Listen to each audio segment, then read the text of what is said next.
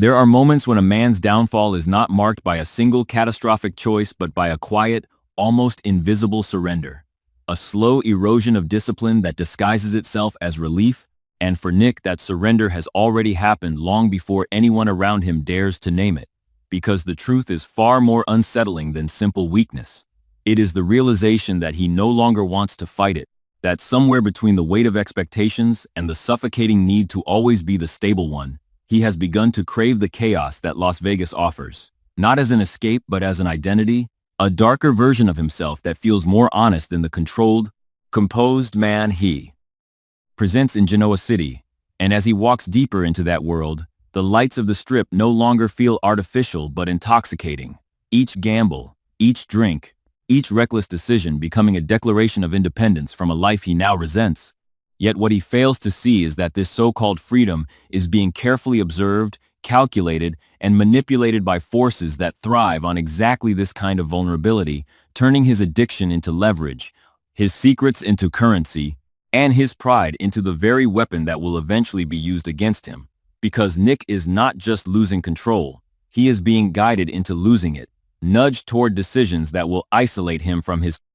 family, compromise his judgment, and ultimately place him in a position where the only way out is to betray everything he once stood for. And the most devastating part of this descent is not the damage it causes to himself, but the inevitable ripple effect it will have on everyone connected to him, especially when those closest to him begin to realize that the man they are trying to save is no longer interested in being saved, while across a different battlefield that appears far less dangerous but is no less volatile, Tessa finds herself caught in a psychological storm that no amount of opportunity can silence, because Danny's offer, presented as a once-in-a-lifetime chance, carries with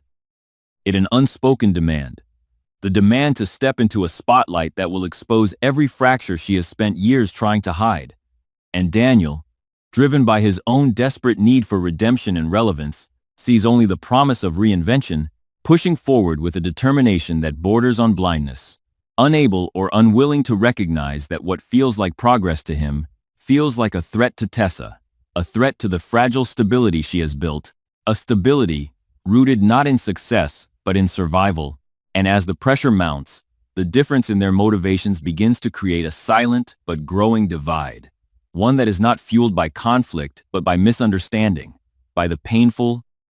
realization that they are no longer moving in the same emotional direction. And in that space of misalignment, doubt begins to take root, feeding on Tessa's fear that she is once again stepping into a situation where she will be exposed, judged, and ultimately abandoned, while Daniel, increasingly consumed by the opportunity in front of him, starts to interpret her hesitation as resistance, as a lack of belief in their shared future, setting the stage for a fracture that neither of them is prepared to confront, because sometimes the most destructive conflicts are not the ones that explode outward, but the ones that quietly dismantle trust from within. And as their relationship teeters on the edge of that internal collapse, another transformation unfolds with far more immediate and dangerous consequences, as Adam fully embraces the persona of Spider, not as a mask, but as a liberation, a shedding of the constraints that have defined him for so long. And in doing so, he steps into a version of himself that is unburdened by guilt, unrestrained by morality, and unapologetic in its pursuit of power. A version that does not seek approval from Victor or validation from anyone else, but instead thrives on control, on manipulation, on the ability to anticipate and outmaneuver every opponent before they even realize they are part of the game. And this shift, while initially empowering, quickly becomes destabilizing, not because Spider is flawed, but because Spider is too effective, too willing to cross lines that Adam once respected, too comfortable operating in a space where consequences are irrelevant as long as the objective is achieved. And as this persona begins to dominate, those around him start to sense a change that is both subtle and deeply unsettling, a coldness that replaces the internal conflict that once made Adam unpredictable, turning him into something far more dangerous, something calculated, something relentless. And Victor, watching this evolution unfold, is forced into a rare moment of introspection, recognizing in Spider a reflection of his own methods, his own philosophy, his own legacy, and for perhaps the first time, he is confronted with the possibility that the very traits he instilled in his son may have created something he can no longer control. Yet even in that realization, Victor's instinct is not to retreat, but to engage, to challenge, to assert dominance, setting up a collision that is less about power and more about identity, about which version of control will ultimately prevail. And as father and son move toward an inevitable confrontation, the emotional and psychological stakes escalate to a point where the outcome will not just redefine their relationship, but reshape the balance of power within the entire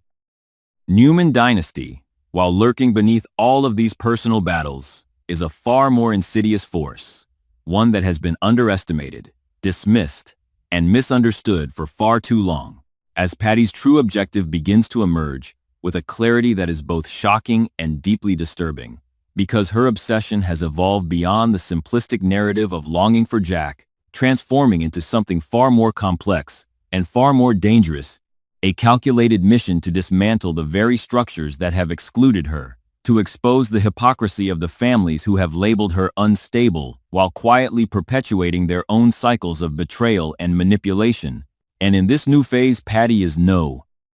longer reacting to the world around her. She is actively reshaping it, orchestrating events with a level of precision that forces even the most powerful players to question their assumptions, targeting vulnerabilities with surgical accuracy, exploiting emotional weaknesses, and creating scenarios where trust becomes a liability rather than a strength. And as her plan unfolds, it becomes increasingly clear that Jack is not the endgame but the catalyst, a means to an end that involves something far more disruptive, a revelation, a shift, a moment that will force every character to confront truths they have spent years avoiding. And the most terrifying aspect of Patty's strategy is not its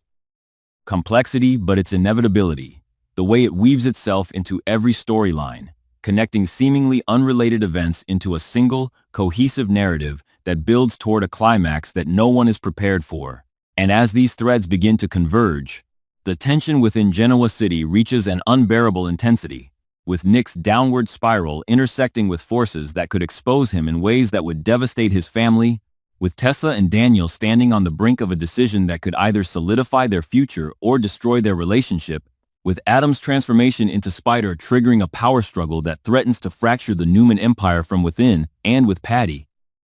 moving ever closer to executing a plan that will redefine the very nature of the conflicts that have defined this world for decades. And in this moment, there are no safe choices left, no easy resolutions, only a series of decisions that will force each character to confront not just what they want, but who they are willing to become in order to get it. And the most unsettling truth of all is that by the time the consequences of those decisions fully reveal themselves, it will already be too late to turn back, because the line between survival and destruction has already been crossed. And the only thing left to determine is who will emerge from the chaos with something still worth saving, and who will be left with nothing but the ruins of the life they once believed they could control.